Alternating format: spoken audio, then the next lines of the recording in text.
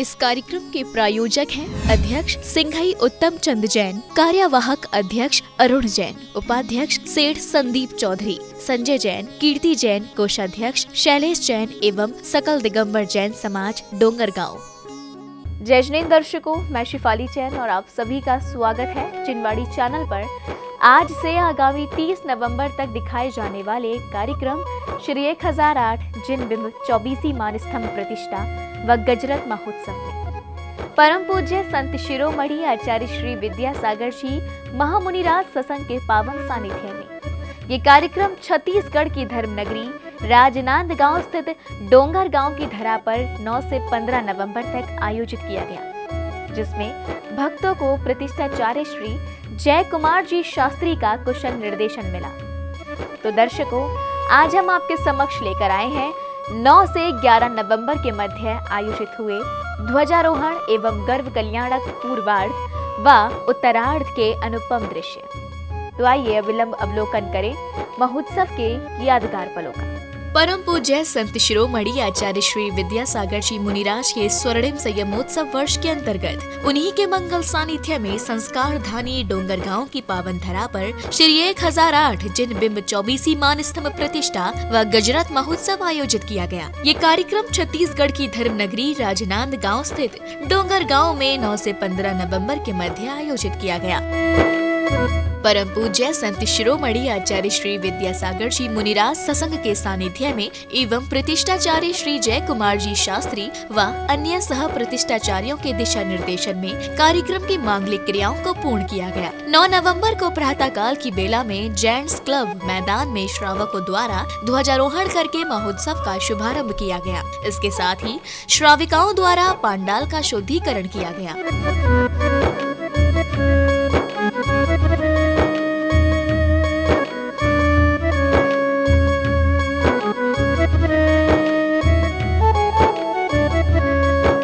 शुद्धि की क्रियाओं को विधिवत पूर्ण करने के पश्चात इस ऐतिहासिक पंचकल्याणक में प्रभु अभिषेक किया गया। इस दौरान मंत्रों की गूंज समस्त परिसर में गुंजायमान हो रही थी।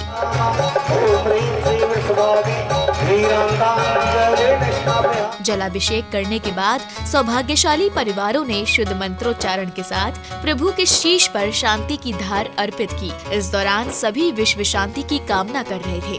श्री शांतिरस्तु, शिवमस्तु, जयोस्तु, नित्यमारोग्यमस्तु, अस्माकं सर्वेषां शांतिधारा कर्तारा च पुष्टिरस्तु, तुष्टिरस्तु, समृद्धिरस्तु, कल्याणमस्तु, सुखमस्तु, अभिवृद्धिरस्तु। इसके बाद सभी को संत शिरोमणि आचार्य श्री विद्यासागर जी मुनिराज की अमृत वाणी श्रवण करने का अवसर मिला।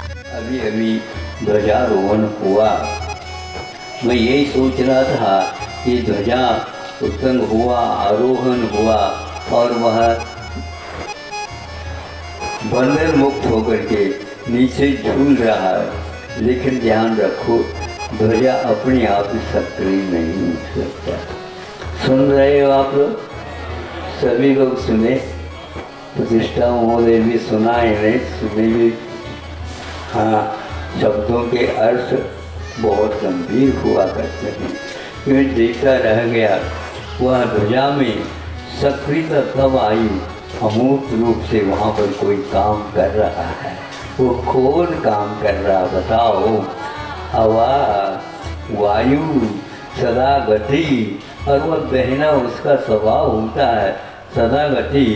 मुनि के लिए भी आधारूढ़ होता है, मुनि का भी ऐसा ही कर्तव्य होता है। सदा गति हवा की भांति, वायु की भांति वह चलता रहता है, लेकिन चलते चलते सोए हुए को प्राण वायु फूंक करके जागृत कर देता है। अगले दिन श्रावकों ने प्रातःकाल मंत्रोच्चारण के साथ श्री जी का अभिषेक एवं शांति धारा की। शांति धारा करने के बाद सभी ने समर्पित भावों के साथ भक्ति करते हुए प्रभु की मंगल आरती भी उतारी।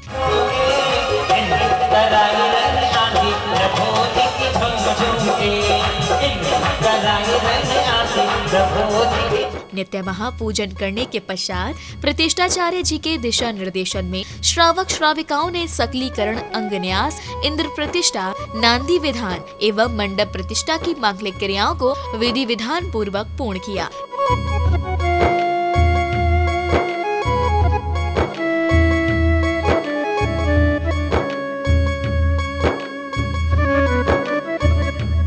इस दौरान पांडाल स्थल पर बने वेदी स्थल के समक्ष विधान मंडल बनाया गया, जिस पर सौभाग्यशाली परिवारों ने स्वर्ण मंगल कलश स्थापित किए। इस दौरान भक्तों का उत्साह और उमंग देखते ही बन रहा था।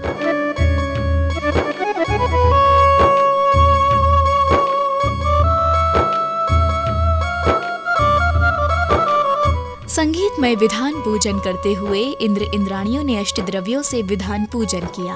प्रतिष्ठाचार्य श्री जय कुमार जी शास्त्री के मुखारबिंद से उच्चारित मंत्रों के मध्य सभी इंद्र इंद्राणियों ने पूजन कर अर्घ्य समर्पित किए। इस दौरान श्रद्धालुओं की प्रभु भक्ति देखने योग्य थी। प्रभु भक्ति में सभी झूमते हुए दिखाई दिए।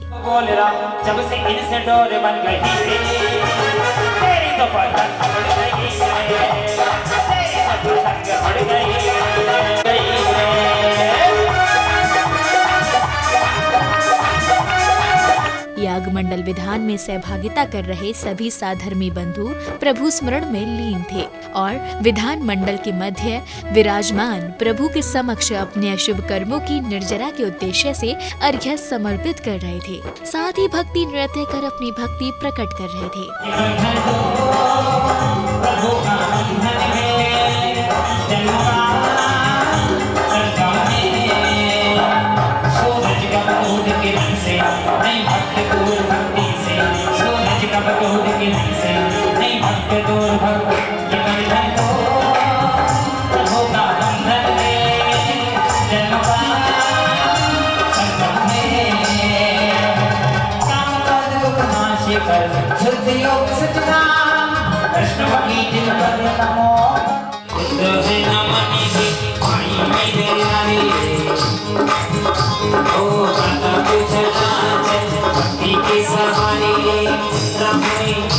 इसी बीच परम पूज्य संत शिरोमणि आचार्य श्री विद्यासागर जी महाराज ने अपनी मंगल देशना से उपस्थित श्रावकों को अभिभूत करते हुए मुक्ति का मार्ग बताया। ऐसे ऐसे आचार हुए हैं तो उन्होंने ये कहा, आप इतने सारी भक्ति कर रहे हो और स्तुति पाठ कर रहे हो और दिन रात जो है भगवान के में लगे हो, ऐसे क्या चाहते हो भगवान से, बोलो।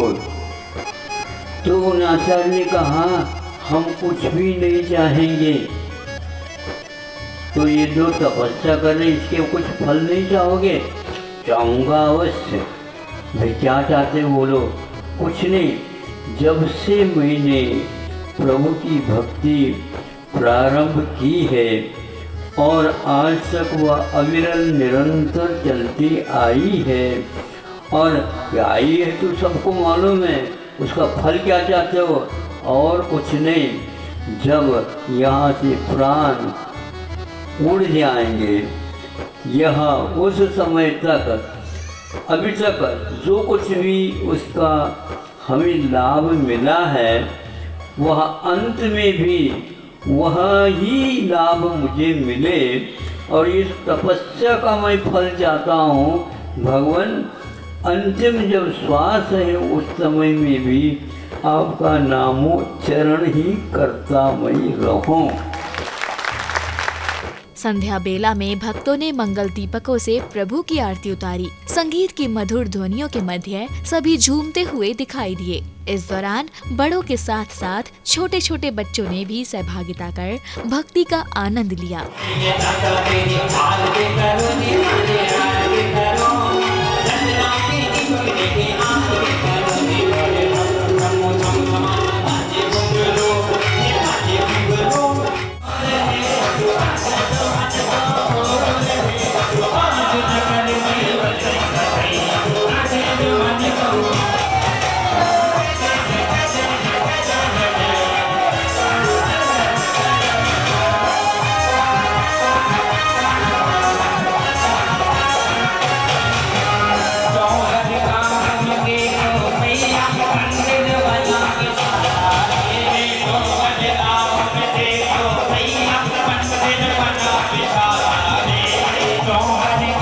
महाआरती के बाद शास्त्र सभा आयोजित की गई, जिसमें संघस्थ साध्वी ने पंचकल्याणक के मध्य संपादित की जाने वाली क्रियाओं के बारे में बताया। 5 दिन में 5 महाव्रत गर्भित होते हैं। गर्भावतार जो होता है भगवान अहिंसक होते हैं, कभी माँ को कोई कष्ट नहीं देते हैं।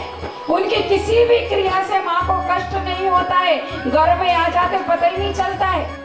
शास्त्र सभा के पश्चात भव्य मंगलाचरण की प्रस्तुति दी गई। इसके बाद इंद्र सभा का आयोजन किया गया, जिसमें इंद्र इंद्राणियों ने तत्व चर्चा की और प्रश्न पूछकर अपनी शंकाओं का समाधान किया।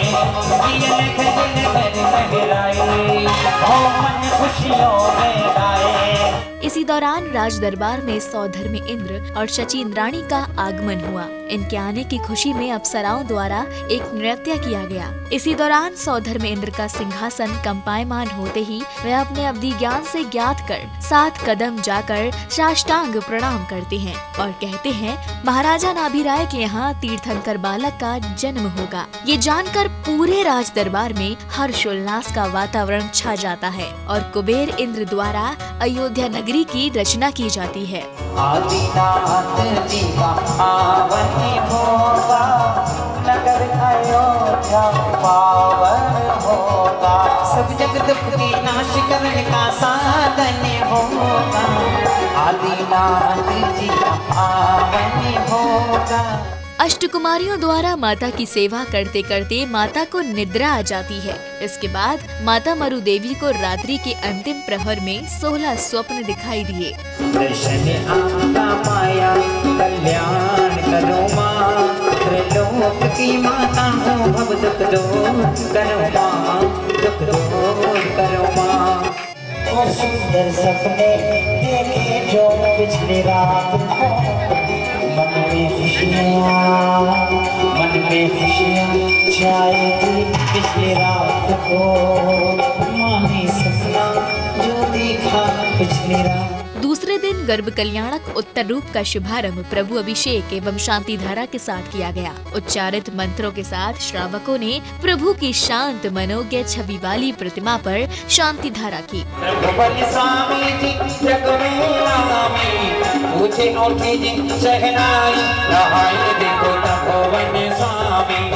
सभी ने नित्य महाविधान पूजन कर अष्टद्रव्यों से अर्घ्य समर्पित किए। विधान में बैठे इंद्र इंद्राणियों ने भक्ति भाव के साथ पूजन आराधना की। सभी प्रभु भक्ति में झूमते हुए नजर आए। केसरिया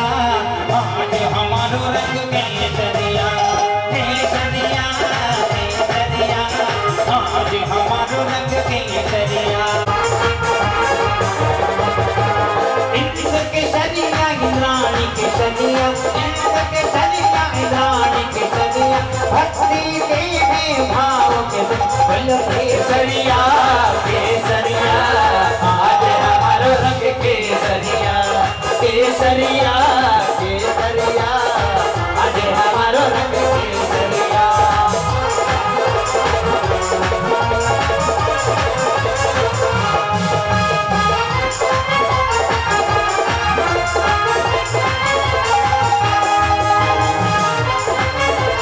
इस दौरान पुण्यशाली श्रावक श्राविकाओं को गुरु भक्ति करने का स्वर्णिम अवसर मिला, तो सभी ने भक्ति करते हुए मंचासीन परम पूज्य संत शिरोमणि आचार्य श्री विद्यासागर जी महाराज के समक्ष जल चंदन अक्षत केसर पुष्प आदि से अर्घ्य समर्पित किए तथा गुरुवर की मंगलवाणी श्रवण कर अपना जीवन धन्य कर लिया।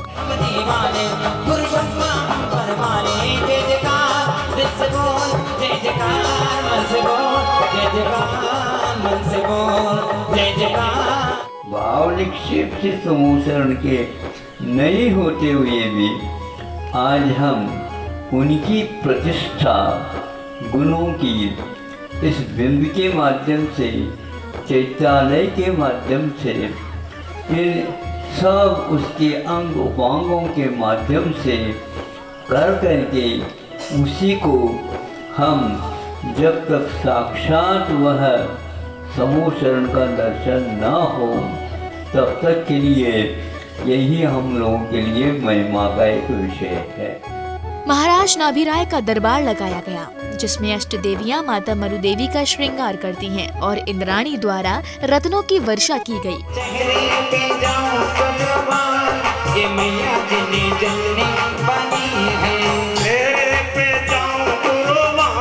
इसी श्रृंखला में माता की गोद भराई कर अनेक प्रकार की भेंट दी गई, जिसके मध्य विभिन्न नगरों से पहुंची श्राविकाओं ने इसमें सहभागिता की।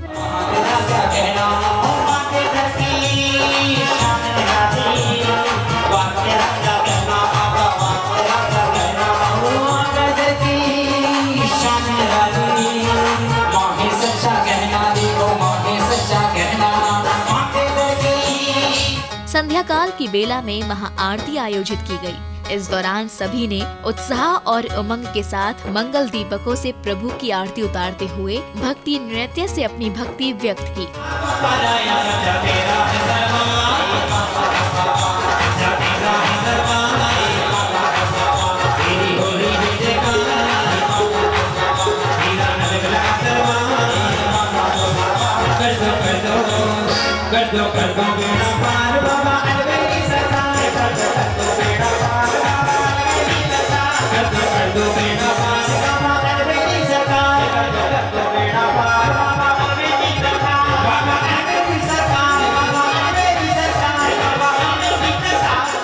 आरती के बाद एक बालिका द्वारा नृत्यमयी मंगलाचरण की भव्य प्रस्तुति दी गई। अष्टकुमारियों एवं 56 कुमारियों द्वारा माता की सेवा की गई। माता की सेवा करने के बाद अनेक प्रकार की भेंट माता मरुदेवी को समर्पण की। सबको अपना आसरा दो, रसमयी रस ना पिला दो, वाणी माँ अपनी सखियों को बोलाओ, माता का नमन कराना है, माता का नमन कराना है। इस सेवा में हाथों में लाई है वस्तु श्री देवी हाथों में अपने दर्पण ले आई, श्री देवी हाथों में अपने दर्पण ले आई, दर्पण दिखा के माता मरुदेवी अष्टकुमारियों के साथ महाराजा नाभिराय के दरबार में पधारती हैं और यहाँ आकर वे 16 स्वप्न के बारे में बताती हैं। सुनो तुम्हें सुना सपनों का फल प्यारा है, धर्म मोती तीर्थंकर सुख जागा। ऐसा पावन आयोजन सभी के लिए यादगार के रूप में आजीवन बना रहेगा। इसी के साथ आज के इस गर्व कल्याणक उत्तर रूप का समापन हुआ। हम सब मनाए मिले खुशियाँ, मनाए मिले खुशियाँ, ललन माता को मिलेंगे, रामत पर बिठा तबों को। दर्शकों, पंचकल्याणक करना या कराना कोई साधारण बात नहीं होती। ये अवसर उन्हीं आत्माओं को मिलता है जिन्होंने अवश्य ही कोई पुण्य कार्य किया हो। कुछ ऐसा ही अवसर छत्तीसगढ़ के राजनांद गांव स्थित डोंगर गांव में देखने को मिला। भक्तों को गुरुवर की अमृत वाणी श्रवण करने के साथ ही प्रभु के गर्भ कल्याणक महोत्सव में सहभागिता करने का अवसर प्राप्त हुआ। इसी के साथ अभी समय है आपसे विदा लेने का। कल हम फिर उपस्थित होंगे जन्म कल्याणक महोत्सव के अनुपम दृश्यों के साथ। आप देखते रहिए जिनवाड़ी चैनल। जय श्रीनेत्र।